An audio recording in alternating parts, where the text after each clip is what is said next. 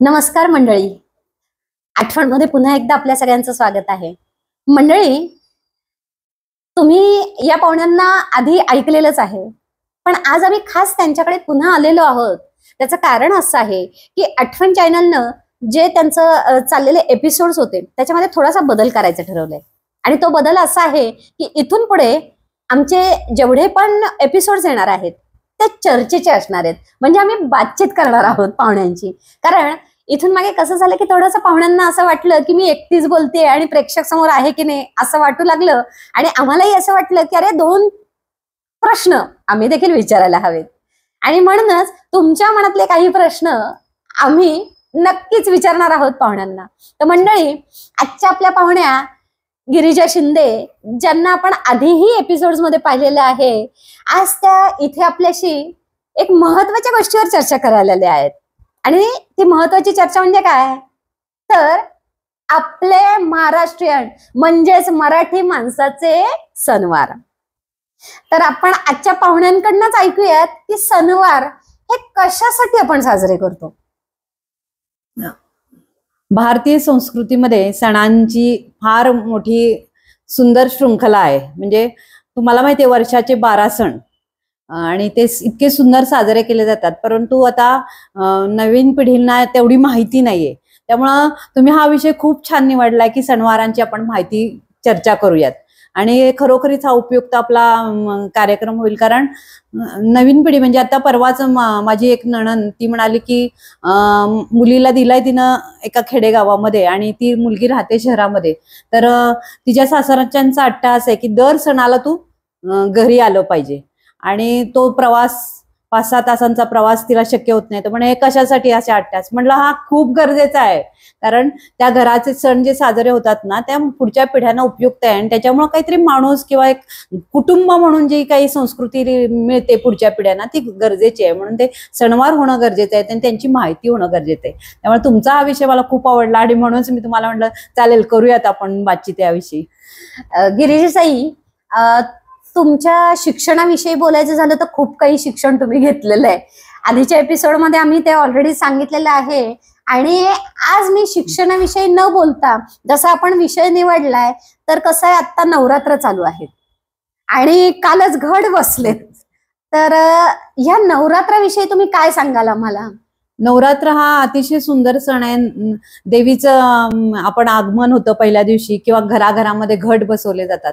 तर आता या तरुण पिढीला माती सुद्धा बघणं मिळत नाहीये. म्हणजे घट आले तरच बाहेर बाजारात माती विकायला मिळते. मग माती कशासाठी वापरतात, मातीचा उपयोग काय. म्हणजे आम्ही कुंड्या भरायला सुद्धा घटाच्या काळातच माती मिळते असं हे झालं. नाही तर मग शेतातनं जाऊन शोधून आणावी लागते. आपल्याला पुणेकरांना तर माहितीये की सहजपणे माती उपलब्ध होत नाहीये.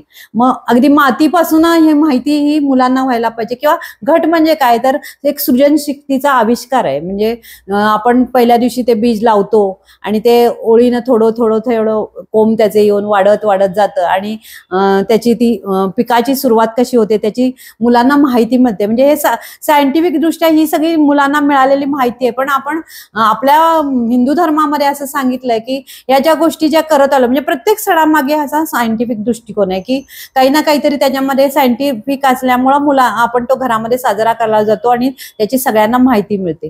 पण आपण काय करतो, फक्त पिढ्यानपिढ्या आजीनं सांगितले, आजोबांनी सांगितले म्हणून घट बसवला. पुढची पिढी आजीनं उपवास करत होती आता म्हणून मी उपवास करते, असं काही काही पुढं पुढं चालत चाललं. पण त्यामागचा वैज्ञानिक दृष्टिकोन आपण बघतच नाही. ती खंत मला फार वाटते. म्हणून ही चर्चा आपली खरंच उपयोगी आहे. कारण हे जे पिकाचं जे वाढ आहे ती कशी होते मुलांना ही कळते. म्हणजे मुलांना विचारलं बटाटा कुठं वाढतो, तर काही मुलं म्हणतात वरती येतो ना झाडाला बटाटा. अरे म्हणजे ही वाईट अवस्था या पुढच्या पिढ्यांची. तर आता हे पेरणी कशी करतात किंवा ही पिकं कशी लावली जातात, कोंब आल्यानंतर कसं काय, मग मुलं आश्चर्यानं बघत असतात की बाबा आज आपल्या घरामध्ये घटामध्ये लावलेलं एक कुठपर्यंत वाढलंय, कसं वाढलंय, किंवा आई त्याची पूजा करते. ही पूजा का करते किंवा कशासाठी करते, कारण ते सोनं आहे आपल्याला. आपण त्याच्यावरती आपला दररोजचा आहार आणि हे निर्माण होतं त्या शेतामध्ये जे पिकतं त्याच्यापासून आपल्याला जो आहार पोषक मिळतो तो पोषक कसा व्हायला पाहिजे, काय काय करायला पाहिजे, हे सगळी माहिती मुलांना मिळत जाते. आणि म्हणून हा 9 दिवसाचा नवरात्र सण, त्याचबरोबर देवीची स्थापना जिथे जिथे आता देवीची बऱ्याच कथा आहेत, आपण वाचलेल्या आहेत, पाहतो आहोत, पण या मुलांना कळणार कशा? मग ठिकठिकाणी देवीचं जे स्थापना केली जाते ते तिथे अनेक कार्यक्रम केले जातात. म्हणजे तुम्हाला सांगते, आता ह्या नवरात्रात 9 दिवस मला 9 ठिकाणी म्हणून प्रमुख पाहुणे म्हणून बोलवलं की काहीतरी तुम्ही बोला, काहीतरी मुलांना काउन्सिलिंग करा, काहीतरी माहिती द्या. आणि हे नवरात्र असल्यामुळे ही माहिती मुलांना देण्याची संधी मिळाली ना, नाही ही संधी कशी मिळाली असती? आणि ह्या देवीच्या नवरात्रामुळे काही स्पर्धा घेतल्या जातात की उदाहरणार्थ लहान मुलांसाठी काही फॅन्सी ड्रेस असेल किंवा त्यांना काही कथा गोष्टी किंवा गाणी म्हणण्यासाठी किंवा डान्स करण्यासाठी संधी मिळाली जाते. त्यामुळं ती मुलं त्याकडे आकृष्ट होतात आणि तिथे गेल्यानंतर मग काहीतरी माहिती मिळते, ते ऐकतात. म्हणजे हा सगळा खूप सुंदर असा समतोल साधण्याचा प्रयत्न ह्या सणावारांमुळे होतो आणि पुढच्या पिढ्या घडतील, संस्कार होतील आणि संस्कारक्षम होण्यासाठी हे गरजेचे आहेत सण, असं मला मनापासून वाटतं. आता तुम्ही सांगितल्याप्रमाणे हे मला नक्कीच कळलं की संस्कार व्हावेत म्हणून हे सणवार आहेत. पण त्याबरोबर माझा असा एक छोटासा प्रश्न असा आहे की हे देवीला जोडलंय, म्हणजे ऍक्च्युली जसं तुम्ही घट म्हणता, म्हणजे मला हे आज कळलं की खरंच पीक खूप महत्वाचं आहे. हो, आपलं अन्नधान्यच आहे ते, आणि तुम्ही ते अगदी छान सांगितलं की ते अन्नधान्य कसं वाढतं हे प्रत्येकानं बघायला पाहिजे. पण मग देवीला जोडल्यामुळे लोक पूजा करतात म्हणून हे घट वगैरे असं काही आहे का, काही वेगळं त्याच्या मागे कारण आहे? नाही, नवरात्रोत्सवाचं ते पण आहे की देवीनं राक्षसांचा वध केला होता, हे केलं होतं. ह्या आपण कथा वाचत आलो, पण त्यातल्या कितपत सत्य हे आपल्याला माहित नाही. म्हणजे आता माझ्या आजीनं मला सांगितलंय किंवा मी एका पुस्तकात वाचलंय म्हणून त्या देवीनं त्या राक्षसाचा वध केला. आता पूर्वीच्या काही घटना, इतिहास सगळा खराच आहे असं नाहीये, पण थोडंफार काही जे सांगितलंय आजीनी किंवा पुस्तकांमधून आपल्याला मिळालं की त्या देवीनं संहार केला किंवा त्या राक्षसांचा वध केला. आपलं जगणं अवघड झालं होतं, राक्षसांचं खूप साम्राज्य पसरलं होतं. आणि हे असू शकतं कारण आताच आपण कलियुगात पण पाहतोय की अनेक राक्षसरूपी लोक आपल्या पुढे उभी आहेत. म्हणजे राक्षस कोण असतो तर माणसामध्येच काही वैगुण्य निर्माण झाले तर तो राक्षस तयार होतो. मग त्या काळी तसंच काहीतरी घडलेलं असणार आहे. जसे आता आपल्याला भ्रष्टाचाराचा भस्मासुराचा राक्षस आहे किंवा महागाईचा राक्षस उभा राहिलेला आहे. हे कोण करतं? हे माणसातलेच काही वाईट गुण असतात ते उभे राहिले. मग ते नष्ट करण्यासाठी त्या देवीने अवतार घेतला होता. मी ते देवी म्हणजे कोणती? एक स्त्रीच होती. जशी आपण आपल्या कुटुंब व्यवस्थेमध्ये बघतो की घराचं सगळं रक्षण किंवा काय कोण करतं ते स्त्रीच करत असते. म्हणजे सगळ्या बाजूनी ती, म्हणजे तिला अष्टभुजा का म्हणलंय कारण सगळ्या पातळ्यांवर ती काम करत असते. म्हणजे आता तर तिला बाहेर जाण्याला मोकळीक मिळाली, पूर्वीच्या काळी तिला बांधून ठेवली होती, म्हणजे ती घरापुरतीच मर्यादित होती. पण ती बाहेर पडल्यामुळे अनेक गोष्टींवर, म्हणजे आताच आपल्या अर्थमंत्री बघतो ना, एक स्त्री केवढ्या मोठ्या काम करते, ती कौतुकास्पद काम आहे त्या अर्थमंत्री म्हणून काम करताना. अशाच अनेक स्त्रिया होऊन गेल्यात, आपल्या इतिहासात पण होऊन गेलेल्या आहेत किंवा आत्ताही होत आहेत. मग ह्यांचं जे कार्य पाहिल्यानंतर खरंच ती एक देवी आहे. ते प्रत्येक स्त्रीमध्ये देवी असते आणि तिची पूजा होणं गरजेचे असते. म्हणजे अलीकडे मोबाईलवर सारखं वाचायला मिळते की अरे घरातल्या स्त्रीची पूजा कर, बाकीच्या तुला पूजा करण्याची. आणि खरंच आहे, ती घरातली स्त्री किती काम करते, अष्टभुजाच आहे. म्हणजे सगळ्या पातळ्यांवर, स्वयंपाक असेल, मुलांचा अभ्यास असेल किंवा बाहेरची कामं असतील, एकटी स्त्री ओढत असते. आणि मग ती अष्टभुजा आहे. मग तिचं कुठेतरी मान सन्मान झाला तर ह्या नवरात्रीमुळे तो मान सन्मान होतोय. आणि दुसरी गोष्ट म्हणजे आता त्याच्यामध्ये महिलांनी अनेक गोष्टी, आता म्हणजे पहिल्या दिवशी कोणती साडी, दुसऱ्या दिवशी कोणती साडी, म्हणजे त्याच्यावरती उलट्या सुलट्या चर्चा होतात की असं का. पण एक आनंद मिळवण्यासाठी त्या स्त्रीला द्या ना तो सन्मान आणि मान, की ठीक आहे आज तिने हिरवा रंग आहे ना तर तिनं घालू द्या ना.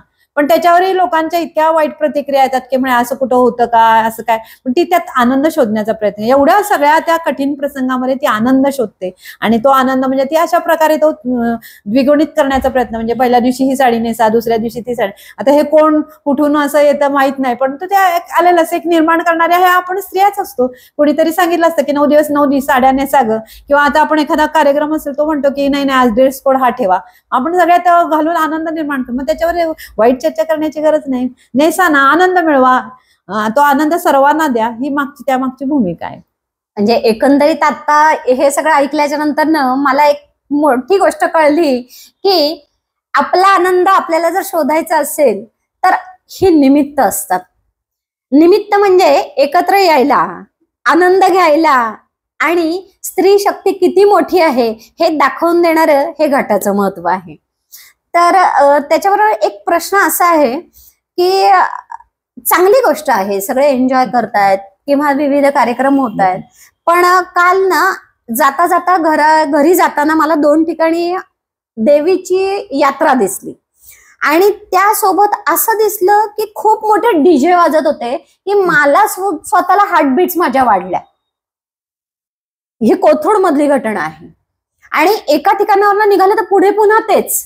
अरे बापरे. तर मग कसं आहे की देवी साजरी करणं म्हणजे हे गाजावाजा व्हायला पाहिजे का, हे डीजे वगैरे वाजायला पाहिजेत का, ह्याची गरज आहे का? नाही, त्याची गरज मलाही तो त्रास नेहमी होतो की ते डीजे म्हणजे आता तर काय झालंय, इतके प्रकारचे दिवस साजरे लोक करतात आणि तो दिवस असला की ते डीजे लावले जातात. म्हणजे मी 2-3 वर्षांनंतर अलीकडे रामनवमी बघितली की एवढी मोठी बाहेर लोक डीजे लावून साजरे करतात. अरे आम्ही करायचो ना रामनवमी, म्हणजे ते आम्ही रामरक्षा वाचतो, हे वाचतो, असं ते घरामध्ये फक्त आपली साधना करत होतो. पण हे पाहायला मिळालं तर खूप वाईट वाटलं की अरे असे आमचे दिवस असे रस्त्यावरती नाही साजरे करण्याची गरज. पण ते होते. आता त्या नवीन पिढीला तो अजून हे आला नाही, अवेअरनेस आला नाही की हे चुकीचं आहे किंवा हे करायला नाही पाहिजे. त्यातला फक्त अध्यात्म काय किंवा आपल्याला समाधान मिळणार काय हे शोधायची गरज आज निर्माण झालेली आहे. तर ते होणं गरजेचं आहे असं मला वाटतं की ते चुकीचं आहे डीजे बीजे, आणि त्याचे आवाजाचे प्रमाण काय ते त्याला मर्यादा ठेवल्या पाहिजेत.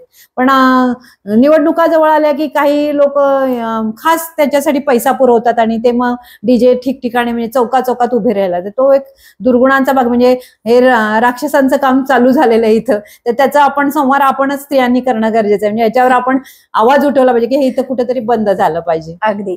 कारण तुम्ही म्हणताय तसं, कारण खरं पाहायला गेलं तर जेव्हा म्हणतो तर देव शांतीत आहे, देव साधनेत आहे, देव अध्यात्मात आहे आणि देव प्रार्थनेत आहे.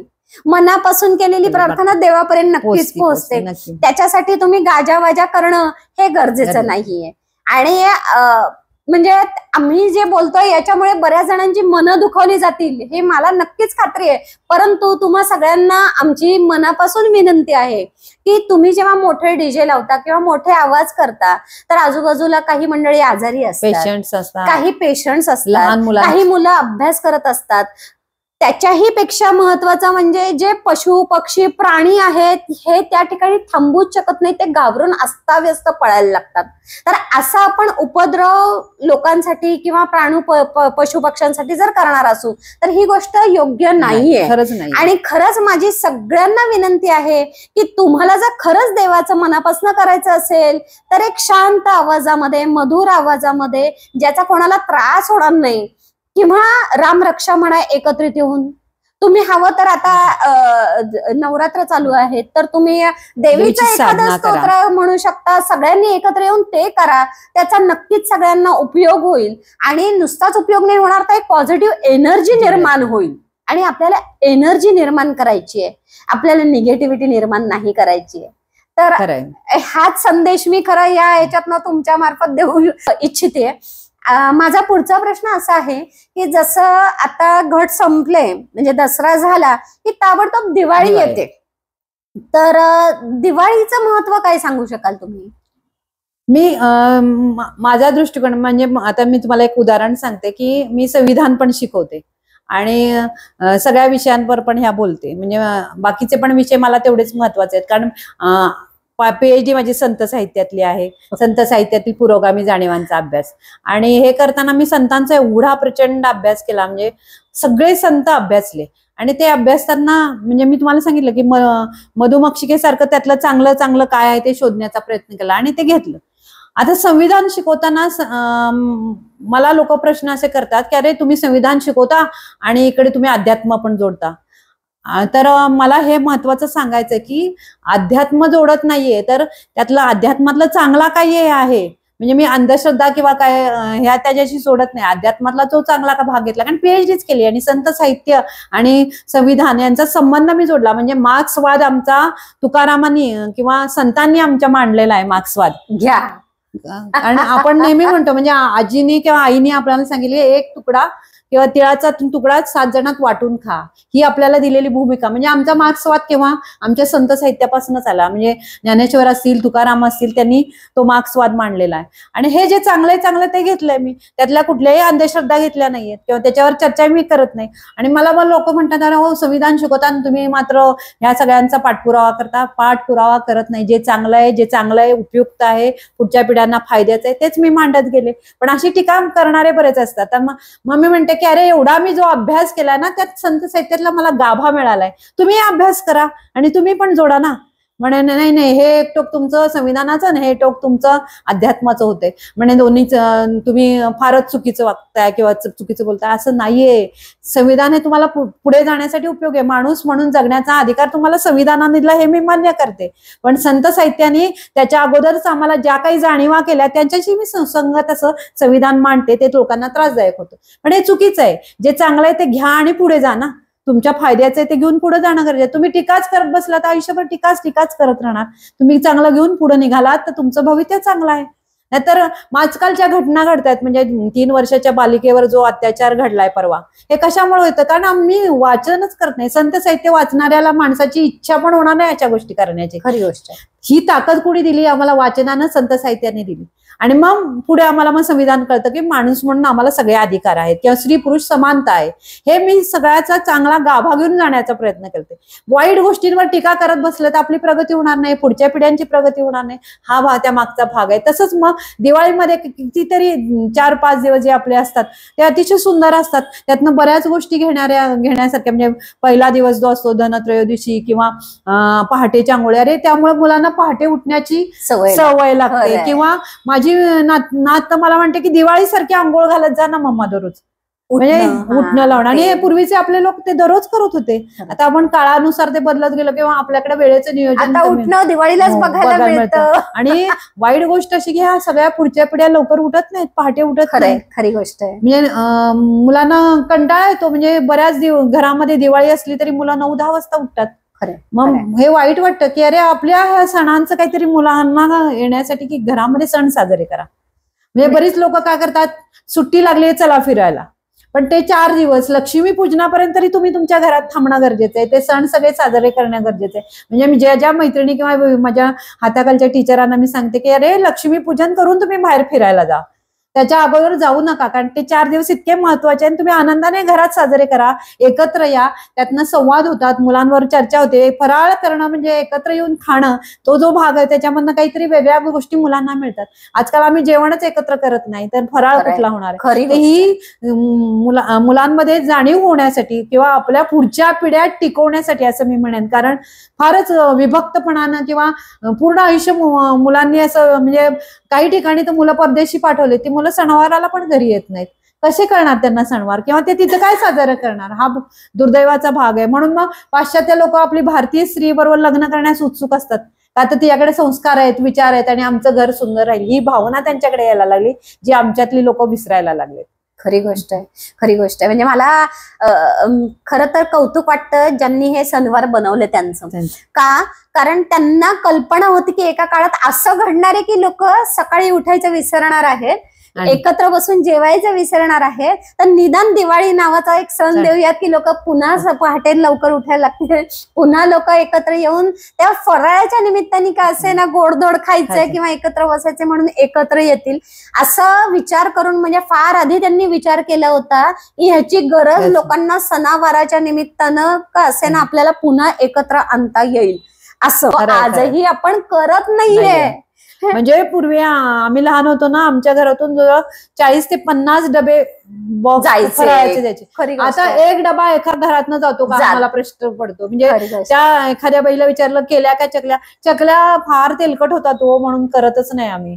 आणि मग लाडू फार गोड खाल्लं जातं म्हणून लाडू बनवतच नाही. मग लागणारं फक्त आम्ही चितळ्यांकडून विकत आणतो. ही अवस्था झाली महिलांची. मग त्या मुलींना काय होणार हो संस्कार? चकली येणार का बनवायला? किंवा चकली काय हा प्रकार आम्हाला सांगायची वेळ येणार आहे? इतकी दुर्दैव अवस्था आपल्या कुटुंब संस्थेची झाली. म्हणजे त्या घरातल्या स्त्रीनाच ठरवलं असतं करायचंच नाही फराळाचं.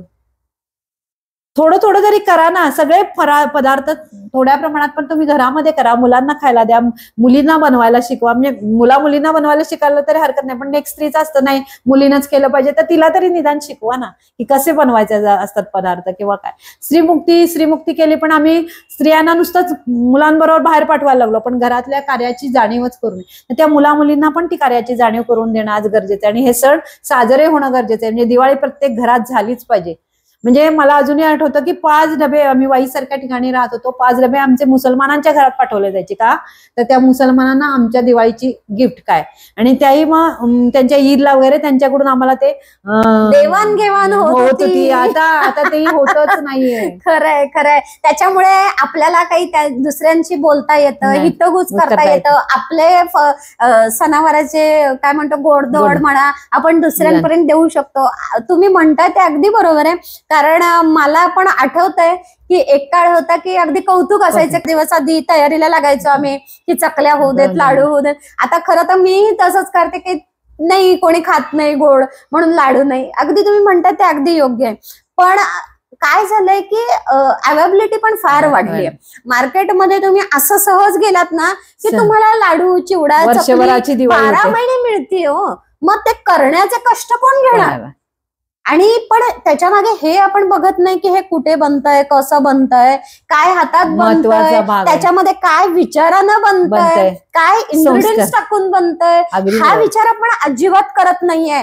म्हणजे खरं सांगायचं तर मला वाईट कधी वाटलं सांगू का, आता एक 8-15 दिवसापूर्वी मी एक अशी बातमी वाचली ज्याच्यामध्ये मला कळलं की कोणीतरी एक माणूस बिर्याणी बनवताना तो त्याच्यात विष्टेचा वापर करत होता. अरे बापरे. आणि चव येण्यासाठी.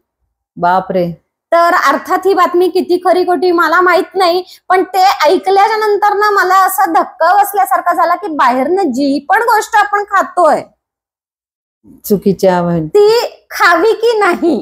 आता आम्ही बचत गटांना कामं देतो ना, तर ह्या सगळ्या गोष्टींचा स्टडी करतो की हायजेनिक किती आहे, तरच त्या गटाला आम्ही कामं देतो. म्हणजे पुरणपोळी चांगल्या ठिकाणीच बनवली पाहिजे, कशी बनवली पाहिजे. कारण आपली जर पुरणपोळी पाश्चात्य देशामध्ये जाते तर ती सगळ्या दृष्टीने चांगली पाहिजे. पण एका नामांकित दुकानाच्या पुरणपोळ्या एका वसाहतीमध्ये अतिशय अस्वच्छ ठिकाणी त्या बनवल्या जातात. हे फार वाईट वाटलं. म्हणजे त्याचे आम्ही व्हिडिओ काढले, पण एखाद्याचे बदनामी दुकानाचा हे नको व्हायला म्हणून आम्ही शांत बसलो, जाऊ दे काय.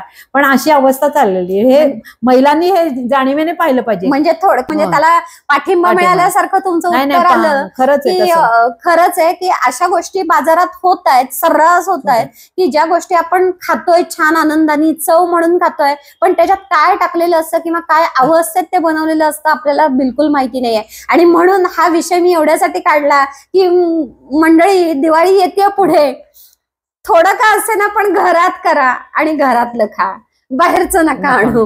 भारतीय संस्कृतीत राहत असताना तसं पाहिलं गेलं तर दिवाळी हा आपल्या सणांचा एंड म्हणायला हरकत नाही. संक्रांत कशासाठी वगैरे असं काही तुम्ही थोडं सांगू शकाल का? संक्रांती आवडता सण आहे, कारण संक्रांतीला वाण द्यायचे, तिळगुळ बनवायचे. म्हणजे पूर्वी तर आमच्या आई अगदी 25 दिवस अगोदर त्या चुलीवरती म्हणजे शेगडीवरती तिळगुळ बनवायचे. ते माहिती होतं की तिळगुळ कसा बनवला जातो किंवा काय. आता मोठमोठ्या दुकानातून आपण आणतो, पण त्याला तसा काटा नसतो. म्हणजे तिळगुळ बनवणं ह्यातला पण आनंद एक वेगळा. शिवाय वाण त्याची चर्चा अगोदरच की काय ह्या वर्षी मी काय वाण देणार आहे किंवा काय करायचं हे त्याच्यावर चर्चा केली जायची. पण आता तसं काहीच होत नाही. पटकन काहीतरी विकत आणलं जातं, दिलं जातं, वाटलं जातं. तिळगुळ पण विकत आणला जातो. म्हणजे तो फक्त त्या दिवसापुरता, त्या वेळापुरता सण. ठीक आहे का, वेळ सगळ्यांकडे कमी आहे, मान्य आहे, पण थोडासा आनंद घेण्यासाठी ह्या सगळ्या गोष्टी आनंदानं करायला गरजेच्या आहे. किंवा आता नवीन जावई किंवा नवीन सून आली असेल तर तिचा हा पहिला म्हणजे संक्रांत हा सण एवढा आनंदानं पूर्वी म्हणजे ते दागिने घरात बनवून त्या सुनेला किंवा जावयाला दिले जायचे, घेतले जायचे. म्हणजे यामुळेच कुटुंब व्यवस्था एक बॉन्डिंग होत होती. आता ते राहिलं नाही अजिबात. म्हणजे तिकडून सून मला कळवणार की नाही मम्मा यायला वेळच नाही आम्हाला, तर काय असेल तर पाठवून द्या. मग आम्ही ती साडी काळी घ्यायची आणि ती पाठवून द्यायची. मग तिच्या चेहऱ्यावरचा आनंदही नाही की सुनेसाठी मी एक सुंदर साडी घेतली तर ती तिला आवडली किंवा काय, काहीच नाही. घालते, वेळ मिळेल तेव्हा घालते, असं झालं. म्हणजे ती संक्रांत सण फारच आमच्या पुढच्या पिढ्यांनी उद्ध्वस्त करून टाकली. का काढत नाहीत वेळ? एक दिवस काढा ना, करा ना. खूप आनंद मिळतो, समाधान मिळतो आणि देवाणघेवाणीचा आनंद सगळ्यात जास्त आहे. म्हणजे मग जगण्याला अर्थ राहिलाय काय सांगा ना. नुसतंच यंत्रवत जगणं झालंय आपलं. म्हणजे वेळ नाही याच्या पाठीमागे किंवा करायचा कंटाळा. मी तर महिलांना ओरडते, करायचा कंटाळा महिलांचा असतो म्हणून हे करण्याकडे दुर्लक्ष करतात. आणि मग सुनेला वेळ नाही, मुलाला वेळ नाही, जावयाला वेळ नाही, ही उत्तरं नाही येतो. तुम्ही आग्रह करा ना मुलांना की तुला यायलाच पाहिजे. ठीक आहे बाबा, 21 दिवस संक्रांत असते, त्या 21 दिवसात एकतरी दिवस वेळ काढ ना कुटुंबासाठी. ये ना, आणि तो आपण साजरा करू ना सण, एकत्र बसून खाऊया, एकत्र बसून चर्चा करूया, तरच ती कुटुंब व्यवस्था स्ट्रॉंग राहणार आहे आपली, किंवा भक्कम राहणार आहे. नाहीतर याचा शेवट होत आला ना. नाहीतर मग आता येतं, वडील आतमध्ये मृत्युमुखी पडले, दारं बंद होती, 4 दिवसांनी वास सुटला, आणि मग शेजारच्यांनी सांगितल्यावर कुठेतरी ह्या घटना घडणार नाहीयेत जर तुमची कुटुंब व्यवस्था एकत्र राहिली, किंवा त्याच्यामध्ये सुसंवाद राहिला तर. नाहीतर काय होतं, म्हणतात ना, ताणलं की ते तुटत जातं, तशी अवस्था आपली होत जाईल. म्हणून हे सणवार गरजेचे आहे, ते होणं गरजेचं आहे. त्याचा अट्टास मी म्हणते स्त्रियांनी करावा, कारण तिच्याच हातात सगळी चावी असते त्या घराची. खरंय खरंय. म्हणजे प्रत्येक स्त्रीने जागा होणं गरजेचं आहे बरं का. हा आताच आपल्याला आपल्या पाहुण्यांनी दिलेला संदेश आहे. त्याचबरोबर पुढे होळी असते, धुलिवंदन असतं. तर होळी धुलिवंदनचं काही महत्व आहे का? असं काही वाईट गोष्टींची हे करायची असते, वाईट ज्या गोष्टी आहेत त्याचं संपवायचे असतात, त्याच्यासाठी आपण ते एक प्रतिकात्मक होळी आपण तयार करतो. पण त्याच्यातही आमच्या लोकांनी काय केलं, ठिकठिकाणी चौकात होळ्या आणि मोठे मोठे मोठे वृक्ष तोड करायचे, जाळायचे. ती हे चाललंय. त्या होळीची छान छोटीशी होळी पेटवा ना. प्रत्येक घरात जर होळी पेटवली तर कॉमन होळी पेटवायची गरजच नाही ना. आणि प्रत्येक घरामध्ये हा संदेश आहे की तुमच्यातल्या काही वाईट गोष्टी आहे त्याचा नाश करून टाका, संपवून टाका. त्यासाठी ती होळी पेटवायची असते. किंवा त्या घरातल्या स्त्रीनं त्याला फेऱ्या मारून औक्षण करून की बाबा आमच्या घरातल्या काही वाईट शक्ती आहे ते संपव. त्यातलं सायन्स शोधायचं असतं, पण त्याचा अपभ्रंश होत चाललाय. आणि त्या मोठ्या मोठ्या होळ्या आणि त्याच्यासाठी मग घरामध्ये आम्ही पेटवत नाही. कॉमन असते ना, आमची सोसायटीची होळी असते, आम्ही जातो करतो असं. आणि मग त्या मोठ्या प्रमाणावर त्या झाडांची, म्हणजे मी तर सोसायटीतल्या होळ्यांना नेहमी हे करते का, दुर्लक्ष करते. कारण सांगून सांगून कंटाळे की अरे तुम्ही झाडांची लाकडं तोडून जाळू नका ना. 5 गौऱ्या जरी तुम्ही जाळल्या ना तरी खूप छान त्याचा हे मिळतो. पण ते नाही, मोठी होळी करायची, मोठं जळण आणायचं आणि ते जाळायचं. आणि तो काय म्हणतात, पर्यावरणाचा सगळा हे असुरीतीनं ऱ्हास करायचा, हे चुकीचं आहे. तर त्याच्यामधलं चांगल्या गोष्टी घ्या. प्रत्येक सणामध्ये आपल्या चांगल्या गोष्टी आहेत बरं का. तर त्या जर आपण शोधल्या आणि पाहिल्या किंवा सायंटिफिक रिझन शोधले ना तर खूप सुंदर काही मिळणार आहे. आणि ते आपापल्या घरापुरतं तरी करा, जरी बाहेर तुम्हाला नाही करता आलं तर. माझी आजी सांगायची की होळी ही गाईच्या शेणाच्या गौरीचीच असावी. खरंय, अगदी खरंय. आणि त्याची जी राख पडते त्याला आपण दुसऱ्या दिवशी धुलिवंदन म्हणतो. आणि तीच राख अंगाला फासायची जी तुमच्या त्वचेला गरजेची आहे. हा, म्हणजे आजी आम्हाला प्रामुख्यानं सांगायची की भले तू फार नको करूस, 2 गौऱ्या आण, 2च गौऱ्यांची होळी कर. आणि 2च गौऱ्या दुसऱ्या दिवशी अंगाला माखा. की जे आज जाऊन लोक मडबात घेतात, हो, खास त्याच्यासाठी तुम्ही मडबात घ्यायला जाता नॅचरोपॅथीमध्ये, तर ते नैसर्गिक गाईच्या शेणाच्या गौरीची राख तुम्हाला खूप गरजेची आहे. आणि त्याच्यासाठी म्हणून ते करायला हरकत नाही. हा, राहिला प्रश्न अगदी योग्य आहे की आपण मोठी मोठी झाडं नाही तोडली पाहिजेत, कारण पर्यावरणाचा ऱ्हास करणं म्हणजे आपणच आपल्या पायावर कुऱ्हाड मारण्यासारखं आहे. अगदीच बरोबर आहे तुमचं. मग डायरेक्ट आपलं पुढे जातं, म्हणजे गुढीपाडवा होतो. फक्त गुढीपाडवा झाला की मग उन्हाळा चालू होतो. तर गुढीपाडव्याचं काय सांगू शकाल तुम्ही? त्यालाही इतिहास आहे आपल्या गुढीपाडव्याला. की विजयोत्सव म्हणून आपण तो साजरा करतो ना. राम ह्याच्यावरून अयोध्येवरून आल्यानंतर गुढ्या आपण उभारल्या, तो आपला इतिहास आहे आणि तो सत्य आहे. कारण मी त्याच्यातले पुरावे सगळे वाचत गेले. म्हणजे मगाशी तुम्हाला म्हणलं काही गोष्टी म्हणजे सत्य आहे. तर ते वाचल्यानंतर खरोखरीच ते 14 वर्ष वनवास कडून त्यानंतर आल्यानंतर गुढ्या त्यांच्या ह्याच्यासाठी उभारल्या. पण ती गुढी पण प्रतिकात्मक आहे. म्हणजे ऊन सुरू झालेलं असतं, तो आपण हे कलश हे घालतो वरती, किंवा काही ठिकाणी साड्या नेसवल्या जातात, काही ठिकाणी ब्लाऊज पीस लावले जातात. पण त्याच्या मागे इतका सायंटिफिक दृष्टिकोन चांगला आहे की त्या घरामध्ये तो विजयोत्सवाचं ते प्रतीक म्हणून आपण ते लावलं जातं. कडुलिंबाची पानं, गूळ, किंवा ती हे बनवली जाते गुढीला जी माळ घातली, काठ, हे खाण्यामागं. किंवा मगाशी जसं तुम्ही म्हणला होळीची राख फासल्यानंतर जसं शरीराला हे मिळतं, तसंच या प्रत्येक सणांमध्ये आपल्याला काहीतरी चांगलं देण्याचा प्रयत्न केला की जेणेकरून आता गुढीपाडवाला की माझा नातू मला म्हणतो की ते कर ना कडुलिंबाचं आणि गुळाचं हे, का तर ते व्याधी, त्याला ते बरं वाटतंय. जर थोडंसं कडू लागतंय पण ते खाण्याची इच्छा त्या निर्माण होते, पण ते खाल्लं जातं. किंवा त्या कडुलिंबाचे किती फायदे आहेत, त्यानिमित्तानं कडुलिंब मुलांना कळतो किंवा कडुलिंबाचे फायदे, असे प्रत्येक सणामध्ये काही ना काहीतरी आपल्याला माहिती दिली आहे. त्याचा प्रत्येक स्त्रियांनी अभ्यास करावा. कारण आपण दोघींनी चर्चा करून ती सगळीकडे पोचू शकणार नाही, तर प्रत्येक स्त्रीनं हा अभ्यास करावा की काय माहितीये की बाबा या कडुलिंबापासून काय होतं, किंवा ती आपण गुढी उभारतो ती कशासाठी उभारतो, का उभारतो, किंवा त्यावेळी विजयोत्सव साजरा केला, आता उभारण्यामागचं काय, असा जर सगळ्याचा जर तुम्ही हे केला आणि तो मुलांना सांगितला तर आपले विचार संस्कार हे आणि घर सुंदर राखण्यासाठी हे सगळे सण मला महत्वाचे वाटतात. म्हणजे आणि तुम्ही हे साजरे करणं गरजेचं पाहिजे. खरंय, तुम्ही वारंवार सांगता की स्त्रीनं जागा व्हायला पाहिजे, स्त्रीनं जागा व्हायला पाहिजे, म्हणून पुन्हा माझ्याच आजीची पुन्हा आठवण झाली. आजी म्हणायची तो कडुलिंबाचा पाला आणि तो गूळ करून एकत्र केलेला तो प्रसाद बळजबरीनं ती गोळी करून आम्हाला खायला घालायची. म्हणजे लहानपणी खाताना ते वाईट वाटायचं की काय खायला घालते, पण कालांतराने आजीनं सांगितलं, म्हणजे समजलं त्यावेळेला आम्हाला की कडुलिंबाचा पाला आपल्या शरीरासाठी किती उपयोगी आहे. म्हणजे जे आज आपण डायबिटीज, बीपी किंवा विविध प्रकारचे आजार ज्याला म्हणतो, तर दुसरी गोष्ट पण म्हणजे ह्या आपण वजन कमी करायला हे वापरा, त्या पावडरी वापरा, त्यावेळी वापरायची गरज लागत नव्हती, कारण हे सगळं आपल्याला घरामध्ये मिळत होतं. या छोट्या छोट्या गोष्टी आपण खाल्लं जात होतं, टिप्स होत्या. खरी गोष्ट आहे.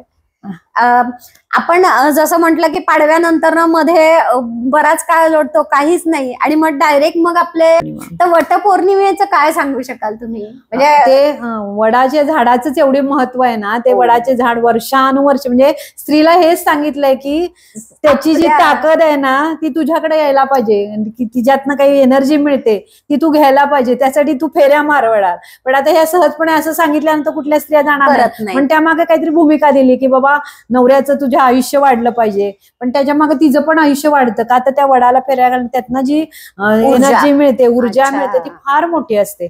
आणि त्यासाठी त्या फेऱ्या गरजेच्या असतात. मग पूर्वी काय होतं, महिलांना बाहेर पडणंही अशक्य होतं, त्यावेळी मग काहीतरी असे नियम घातले की तुझ्या नवऱ्याचं आयुष्य वाढावं किंवा हाच नवरा तुला कायम मिळावा, 7 जन्म मिळावा, म्हणून त्या वडाला फेऱ्या मार, अशी ती मागची भूमिका सांगितली. म्हणजे भीती घातल्याशिवाय लोक करत नव्हते, महिला पण म्हणजे त्यामुळं ओढीनं त्या करायला लागल्या. आणि खरंच ते वटवृक्ष कसला टिकतो ना, म्हणजे त्याच्या नुसत्या पारंब्याचं तुम्ही काढून जरी केसाला लावल्या किंवा काय लावल्या तर केस वाढतात आणि ती तेवढी स्ट्रॉंग होतात. आजकाल आम्ही मुली आमच्या काय करतात, अनेक ॲलोपॅथीच्या औषधं बाहेरच्या देशातून आलेली वापरतात, पण ह्या आपल्या भारतात असलेल्या आयुर्वेदिक वनस्पती ज्या आहेत किती फायदेशीर आहे. आणि प्रत्येक सणाला काही ना काहीतरी हे लावलंय. म्हणजे आता जसं गुढीपाडव्याला आम्ही बांबूची काठी लावतो, किंवा आता वडाला फेऱ्या मारताना तेव्हा तिला दिसतात पारंब्या, तेव्हा ती खेळते, पण ती या लक्षात येत नाही की ह्याच आपण कुठून काय औषध केलं तर लावलं, घरगुती उपचार केले, पण आमच्याकडे वेळ पण नसतो तेवढा, आणि तो विचार करण्याची आमची ताकदही नाही राहिलेली की काय करा. आणि आमची आजी आता सांगणं सोडून दिलं. म्हणजे आता आपलीच अवस्था बघा ना, मुलं ऐकत नाहीत, सांगणंही सोडून देतो आपण. 2 वेळा सांगितल्यानंतर तिसऱ्यांदा म्हणतो बास, नाही पटत आहे, काय करायचं. म्हणजे आता मी आपल्या पिढीचं कौतुक करते का आता आपण दोन्ही पिढ्या हे केल्या, म्हणजे आपल्या आजीनं आपल्याला दिलेले संस्कार आणि आपण स्वतः हे केलं, आणि पुढच्या पिढ्यांमधलं चांगलं घेण्याचा प्रयत्न करतो, कारण ते आपलं ऐकत नाही. ही भूमिका असल्यामुळं मी म्हणते आपण नशिबान लोक आहात की दोन्हीचं आपल्यावरती हे होतोय. श्रावण महिन्यातला नागपंचमी सुरुवातच. श्रावण महिना तर आवडीचा महिना आहे, कारण किती सुंदर निसर्ग असतो ना, आणि त्या निसर्गामध्ये हिंडणं खेळणं, हेच की मी मगाशी सांगितलं वडाच्या जशा फेऱ्या मारण्यात स्त्रीला, तसंच हे श्रावण महिन्यातले जे सण आहेत, नागपंचमी असेल किंवा इतर कोणते रक्षाबंधन, गोकुळाष्टमी, हे जे सगळे सण ते त्या आपल्या चांगल्या शरीराच्या ह्याच्यासाठीच आहेत. म्हणजे ते साजरे करा, आनंदाने करा, त्याचा सगळ्याचाच उपभोग घ्या. उदाहरणार्थ आता समजा नागपंचमीला पूर्वी आपल्या महिला झोके खेळत होत्या, नंतर फुगडी खेळत होत्या, मंगळावर पण किती सुंदर खेळ, जिमला जायची गरजच नाही, एवढे सुंदर खेळ येते. म्हणजे सगळ्यांनी ते शिकावे. मी तर म्हणते, म्हणजे मुंबईच्या एक आजी आहेत, खास म्हणाल्या कधी पुण्यामध्ये काय असेल मला बोलव, मी सगळे तुमच्या महिलांना खेळ शिकवा. आणि एवढं वय ना, 85 वर्षाच्या आजी आहेत त्या, आणि इतके सुंदर खेळ खेळतात ना त्या, आणि त्यामुळे काटक पण आहेत आणि कुठला रोग वगैरे काही जडलं नाही. आणि हे उत्तम उदाहरण आहे या तरुण पिढीला की तुम्ही जिम करण्यापेक्षा ते खेळ शिका. जर घरगुती जरी पहाटे तुम्ही तुमचे खेळले ना तरी त्याचा आणि आनंदही मिळतं, समाधान मिळतं, आणि त्याचबरोबर शारीरिक एनर्जी पण छान होते. तुम्हाला खास पैसे देऊन जिम लावायची गरज नाही असं त्या. आणि हे जिमचं हे आपण कुठून पाश्चात्य देशात घेतलेलं, आणि आपले खेळ ते खेळतायत आता, मंगळागौर साजरी करतात. आउट ऑफ कंट्री लोक खूप म्हणजे आपल्या संस्कृतीचं जतन करायला लागले, आणि नुसती आपलीच लोक असं नाही, तर तिकडची लोकही ते आत्मसात करतायत. बरोबर आणि हे कौतुक आहे की त्यांना आपल्या संस्कृतीचं महत्व कळतंय. मला कौतुक आहे या गोष्टीचं. आणि आपण मात्र इथे राहून सुद्धा आपल्या संस्कृतीचं कौतुक करत नाही किंवा ती जतन करत नाही किंवा तो साजरा करत नाही. हे म्हणजे तसं दुर्दैवाची बाब आहे तसा विचार केला तर. खूप वाईट वाटतं. म्हणजे का पुढे होत नाही, पुढे का जात नाही काही. आता एक परवा मी बघितलं, आपली भारतातली एक कुलकर्णी पाटील म्हणून फार्म म्हणून ती तिकडे वेगवेगळे आपले सण साजरे करते.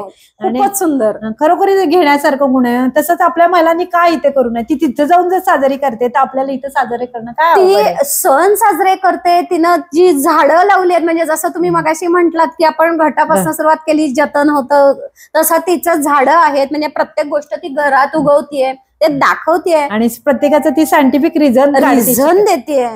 अहो हीच तर गरज आहे आपल्या सगळ्यांची, काळाची गरज आहे. हे सणवारच बोलतोय आपण, तर आपण पुन्हा येऊयात गणपतीपर्यंत.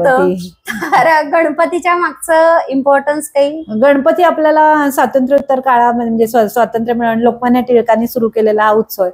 त्यामागची त्यांची भूमिका खूप छान होती की आपला भारत देश स्वतंत्र होण्यासाठी लोकांना एकत्रित आणून त्यांना काही माहिती देणं, हे करणं, हा तो हेतू होता. आणि आपण तो त्यानंतर पुढे सुरू केला. परंतु त्याचा पण मगाशी म्हणल्याप्रमाणे तो हे होत चाललाय. म्हणजे आता चौकात 3-3, 4-4 गणपती दिसतात आणि ते डीजे हे वाजवले जातात. आणि पूर्वीचा तो भाग त्यांनी हे केला. म्हणजे लोकमान्य टिळकांनी लोकांना सुधारण्यासाठी किंवा लोकांच्या जागृती करण्यासाठी हा उत्सव सुरू केला. पण आता ती जागृती होत नाही. म्हणजे त्या काळात स्वातंत्र्यासाठी जागृती केली, पण आताचे जे किती प्रश्न आपल्या पुढे उभे, त्यासाठी काहीतरी जागृती होणं गरजेचं आहे. तसे काही होत नाहीये, तर ते होणं गरजेचं आहे. म्हणजे लाईटचाच नुसता खेळ आणि डीजेचा खेळ ह्याच्यावरतीच सगळे देखावे बघावे लागतात. तर असं न होता तो काहीतरी हेतू साध्य झाला पाहिजे, असं प्रत्येकानं केलं पाहिजे. यंदाच्या वर्षी थोडंफार मला दिसलं की नाही, तो हेतू साध्य होण्याचा प्रयत्न करायला लागले. जिवंत देखावे म्हणजे इथे शंकराचं लग्न आणि त्यामागे ती भूमिका काय काय होती किंवा पार्वती, असं बरेच छान छान देखावे यावर्षी थोडेसे पुण्यामध्ये पाहायला मिळाले किंवा होत आहेत आता सुधारणा. याचा आनंद झाला की जो हेतू आहे लोकमान्य टिळकांचा तो साध्य व्हायला लागलाय. कारण आपल्याला स्वातंत्र्य मिळालं, पण खऱ्या अर्थानं आपण स्वतंत्र झालेलो नाही. कारण आपण पारतंत्र्यातला आनंदच अजून भोगतोय. कारण ही स्वतंत्र ती हे वृत्ती दाखवायला पाहिजे या देखाव्यातनं की स्वातंत्र्य म्हणजे काय किंवा त्याचा वापर तुम्ही कसा करून घ्यायला पाहिजे किंवा पारतंत्र्याची अजून का गोडी लागली आहे, त्यातनं बाहेर येणं गरजेचं आहे. हे आजच्या समाजाला कळायला गरजेचं आहे. त्यामुळे हे गणेशोत्सव वेगळ्या स्वरूपात साजरा करण्याची गरज निर्माण झाली आहे. आत्ताच तुम्ही बोलताना म्हटलात की आपण पाश्चात्य संस्कृतीचा वापर करतोय, त्याच्यातच पुन्हा डीजे आला की पुन्हा गणपती झालं किंवा जसं आपण घटात बोललो होतो की डीजे. तर हे डीजे हे प्रकार खरं तर आपल्याकडे नव्हतेच, म्हणजे पूर्वापार नव्हते. आणि ढोल ताशा हे आपलं वाद्य, आणि तो जेव्हा वाजतो तेव्हा तुमच्या शरीरामध्ये जी स्पंदनं निर्माण होतात, त्या स्पंदनांनी तुमच्या शरीरामधले रोगराई बाजूला पडते. म्हणजे एक पॉझिटिव्ह एनर्जी निर्माण होते आणि ती एनर्जी नक्कीच तुम्हाला ऊर्जा देते. ऊर्जा देणं म्हणजे काय, तर शरीरातल्या व्याधी बाहेर टाकणं. आणि ढोल ताशा आपला आहे, वाजवा जोरात आणि नक्कीच नाचा त्याच्यावर. आणि तो आनंद जो मिळतो ना ढोल ताशा वाजवणारा, खूप सुंदर असतो. म्हणजे त्यातनं मिळणारा हे कुठेच आपण मानसिक स्तरावर नैराश्यात गेलेला माणूस पण इथे उभा राहतो त्या ढोल ताशाच्या. खरी गोष्ट आहे. आणि एकत्र येण्याचं बळ, म्हणजे आता तुमच्या बरोबर केलेल्या चर्चेमधनं मला एक गोष्ट प्रामुख्याने जाणवली आहे की मंडळी, आपण सगळ्यांनी एकत्र यायला पाहिजे. एकत्र यायला पाहिजे म्हणजे नक्की काय, तर आपल्या मनामध्ये असलेले मतभेद बाहेर काढायला पाहिजे. जो पण सण आहे तो शांतीत आणि त्याच्या मागचं महत्व समजून घेऊन आपण साजरा केला पाहिजे. आणि त्याचबरोबर सगळ्यात महत्वाचं की आपल्या संस्कृतीमध्ये म्हणजेच आपल्या भारतामध्ये असणारी विविध झाडं, विविध पशु पक्षी प्राणी यांचा धर्माचे लोक सर्व धर्म समूह आपल्याकडे आहे, आदर केला पाहिजे. म्हणजे जसं तुम्ही नागपंचमीचं मगाशी बोललात की बाबा लोक झोके खेळतात किंवा बायका जिम वगैरे, तर हे आपण सातत्यानं वर्षभर केलं पाहिजे. म्हणजे ती जिम आपण सातत्यानं वर्षभर केली पाहिजे, म्हणजे त्या खेळ खेळले पाहिजेत. त्याचबरोबर ते खाद्यपदार्थ आपण बनवलं गेलं. ऋतूनुसार आणि खाल्ले अजून पाहिजे. एक कौतुकाची बाब सांगते की माझ्या किचन मध्ये मी सगळे सण साजरे करते, म्हणजे सर्व धर्म समभावाचे सण. कारण त्यामध्ये आपण काय काय जे बनवलं जातं ना इतर धर्मामध्ये किंवा काय ते पदार्थ बनवायला करायलाच हवेत. हा. खरी गोष्ट आहे. मी नेहमी म्हणते महिलांना किचन ही एवढी मोठी सुंदर जगातली सगळ्यात मोठी प्रयोगशाळा आहे आणि तिथे काय काय आपण प्रयोग करू शकतो. आणि करा ना सगळे सण, म्हणजे मी आता पाश्चात्य देशातले पण पदार्थ ट्राय करतो, कारण मुलांना ते आवडते, हवं असते तर काय चांगलं घ्यायला काहीच हरकत नाही. जे काही फायद्याचे आहे, शरीराला उपयोगाचे ते पदार्थ का बनवू नये, का बनवू नये. खरी गोष्ट आहे. किचन मध्ये ही प्रयोगशाळा अतिशय सुंदर किचनची चालली पाहिजे. हे सगळ्या सणांचे पदार्थ तुमच्याकडे बनवले गेले पाहिजे, ज्यातून मुलांना सगळ्यात चवी कळतील, त्यातल्या रुची कळतील आणि मुलं पण समृद्ध होऊन जातील. खरी गोष्ट आहे. आता मी सुद्धा काय करते, जेव्हा ते ईद वगैरे असतं ना तेव्हा मी घरी शीरखुर्मा करते. म्हणजे बेसिकली तसं पाहायला गेलं तर आपल्याला त्यातलं फारसं हे होत नाही, पण मी करते आवर्जून. का? कारण एक तो थोडासा फील असतो आपल्याला की अरे आपण काहीतरी करतोय, नाही का. अर्थात ह्याच्या मागचा इम्पॉर्टन्स आम्हाला खरंच माहिती नाही, पण आम्ही करत असतो. आणि जसं डिसेंबरमध्ये आपल्याला म्हणजे काय म्हणतो नाताळ असतो, तर नाताळामध्ये आवर्जून म्हणजे 25 तारखेला आम्ही इथे कॅम्पमध्ये येतो. आपण पुण्यात असल्यामुळे आम्ही कॅम्पमध्ये येतो आणि कॅम्पमध्ये जो MG स्ट्रीट आहे त्याच्यावरती आम्ही फिरतो, चर्चमध्ये जातो, म्हणजे तिथे प्रेयर वगैरे चालू असतात. तर त्या प्रेयर आम्ही ऐकतो, छान वाटतं. एक वेगळ्या वातावरणात, म्हणजे आपला भारत देश किती विविधतेने नटलेला आहे आणि आपण सर्व धर्म किती एकत्रपणे सगळे सण साजरे करतो. म्हणजे आम्हाला आवर्जून असं वाटतं की त्यावेळेला ते बघायला जावं. आता जेव्हा मोहरम वगैरे असतात तर आम्ही आवर्जून त्यांचे जे खाद्यपदार्थ असतात लागलेले तर आम्ही आवर्जून तिथे जातो खायला, की किती छान असतं. आणि पुण्याची संस्कृती एवढी खूप छान आहे ना, सुंदर आहे. म्हणजे तुम्हाला मी सांगते कॅम्पमध्ये एक रोडची बेकरी आहे, 2-2 दिवस रांगा, जसे आपण पिठाला पूर्वी लावायच्या त्याच्या रोड बनवण्यासाठी रांगा लावतात आणि तासन तास बसून ते सुंदर आपल्या समोर रोड बनवून देतात. असं प्रत्येक गोष्टीचं आहे पुण्यामध्ये, ते मिळतं आणि ते करायला पाहिजे, उपभोगायला पाहिजे या सगळ्या गोष्टीचा आनंद. म्हणजे करायला पाहिजे असं नाही,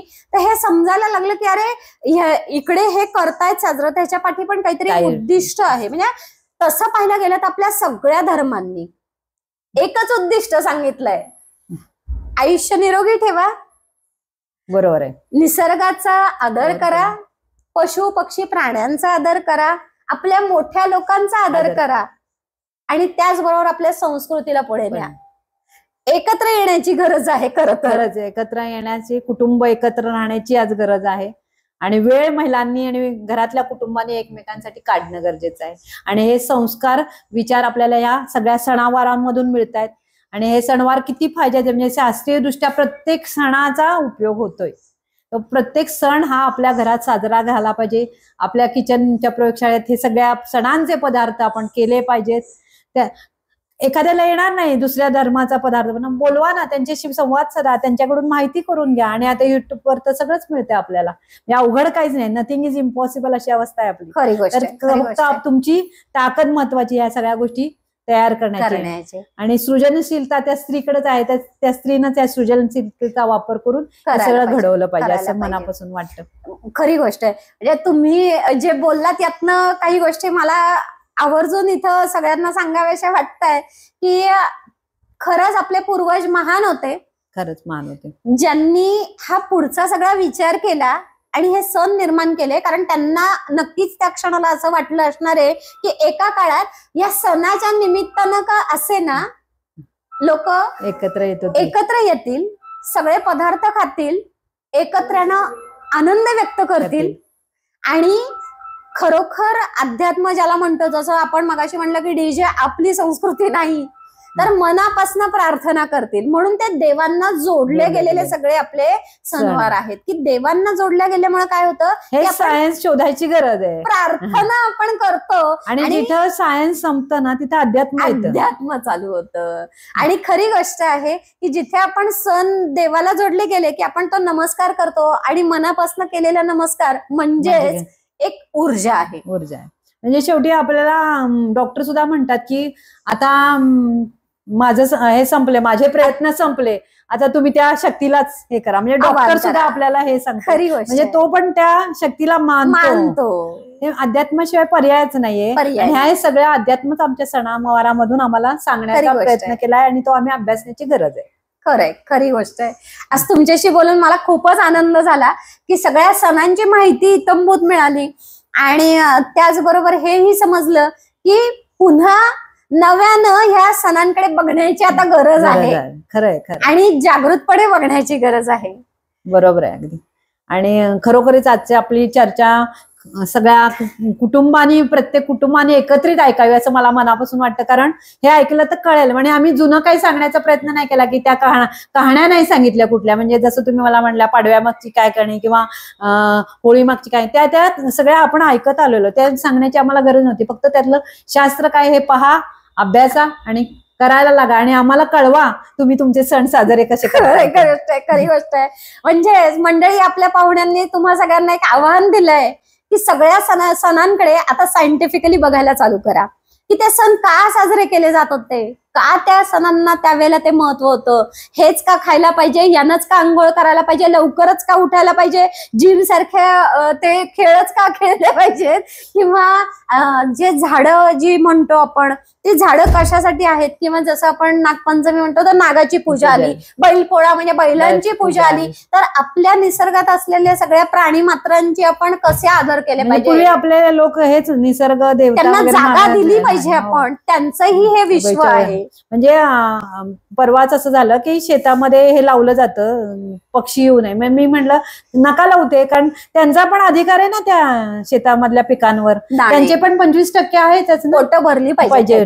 कशाला लावायचं, त्यांना हाकलायची गरजच नाही, खातील तेवढं खाऊ द्या ना. खरी गोष्ट आहे, खरी गोष्ट. आपल्याकडे ते बघितलं नाही, माझंच फक्त माझंच ह्याच्यामध्ये आलं पाहिजे किंवा माझंच घर भरलं पाहिजे, ही दृष्टिकोन हा सदा बदलला पाहिजे. खास मी तर दर रविवारी मुलांना घेऊन नदी काठावर जाऊन दाणे आम्ही टाकायला जातो, तांदळाचे दाणे असतील, गव्हाचे असतील, ज्वारीचे, का तर ते पक्षी त्यांना कुठून मिळणार, आपण नाही दिलं तर काय करणार. म्हणजे पूर्वी सांडगे टाकले तर किती कावळे येऊन सांडगे खायला जायचे, पण ते पाहिलं होतं की त्यांना पण भूक लागते, तेही जीव आहे, तो आपल्यावर अवलंबून आहे, तर तो गरजेचा आहे. तर ह्या गोष्टी पण आपण करणं गरजेचं म्हणजे थोडक्यात काय तर आपल्या ह्या सगळ्याचा समतोल साधणं म्हणजेच सणवार आहेत. त्याच्यामध्ये प्रत्येकाला जागा आहे, माणसाला जशी आहे तशी प्राण्यांना आहे, प्राण्यांना जशी आहे तशी पशु पक्ष्यांना आहे, आणि त्याचबरोबर ह्या सगळ्या झाडांना, म्हणजे जी आपण म्हणतो निसर्गात उगवणारे सगळी झाडं झुडपं, आपण खाण्यासाठी जे अन्नधान्य, त्या सगळ्यांची एक जागा आहे आणि त्याचे पूजन करणं गरजेचं आहे, कारण त्याच्यावर आपला उदरनिर्वाह होतो. खरंय. म्हणजे हे तुमच्या बोलण्यात आलं. आणि त्याचबरोबर एक संकल्पना मला आता इथे सुचली आहे, म्हणजे माहित नाही कितपत योग्य आहे अयोग्य आहे. मला असं वाटतं की प्रत्येकानं आपल्यातल्या, तुम्हाला शक्य असेल तसं एखादं कुठलंही धान्य, म्हणजे 1 किलो 2 किलो 5 किलो जी तुमची शक्ती असेल तसं मे महिन्यात किंवा जून महिन्यात थोडं फिरायला जावं आणि निसर्गात शिंपडून यावं. का म्हणतेय मी की त्याच्यानंतर ना पाऊस पडला, जे खातील पशु पक्षी ते खाऊ द्या, जे जमिनीत राहील ते उगवून येईल आणि त्यातनं येणाऱ्या पुढे जे फुलून येईल त्यातनं पुन्हा पशु पक्षी नक्कीच खातील. मी यासाठी तुम्हाला एक आणखीन सांगा की आम्ही काय करतो, खाल्लेल्या फळांच्या बिया, सीताफळ असेल किंवा रामफळ असेल किंवा आंबा कोई तशी साठवून ठेवते मी पोतभर, आणि आपण जेव्हा फिरायला जातो ना तेव्हा डोंगरात वगैरे टाकून यायचं. किती छान. त्यामुळं कशी ना नवीन उत्पत्ती कशी होणार आहे, ते आपल्यामुळेच होणार आहे.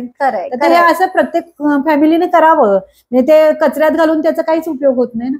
असे उगवून तरी येतील झाडं आणि योग्य ठिकाणी येणार. म्हणजे तुम्हाला मर्यादा असतात ना, घराजवळ किती झाडं लावायची किंवा, तर हे बाहेर जर डोंगरात ह्याच्यात टाकलं तर ते जंगलामध्ये टाकलं तर खरंच आहे. जंगलतोड झाल्यामुळेच आज ग्लोबल वॉर्मिंगचा विषय वाढलाय.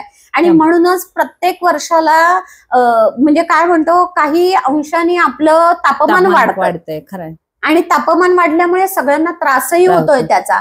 माहित नाही असंच जर वाढत राहिलं तर एक दिवस नक्की जीवसृष्टी धोक्यात आहे. अर्थात त्याची घंटा तर वाजलेलीच आहे. खरंय. आणि हा विषय खरं वेगळा आहे. मी आता याच्यामध्ये आपल्या सणांशी जोडलेला आहे. पण खरं तर त्याच्यावरती बोलायचं झालं तर त्याच्यासाठी आपल्याला वेगळी चर्चा करावी लागेल. कारण तो म्हणजे फार मोठा विषय आहे आणि आज सगळी जीवसृष्टी धोक्यात आलेली आहे.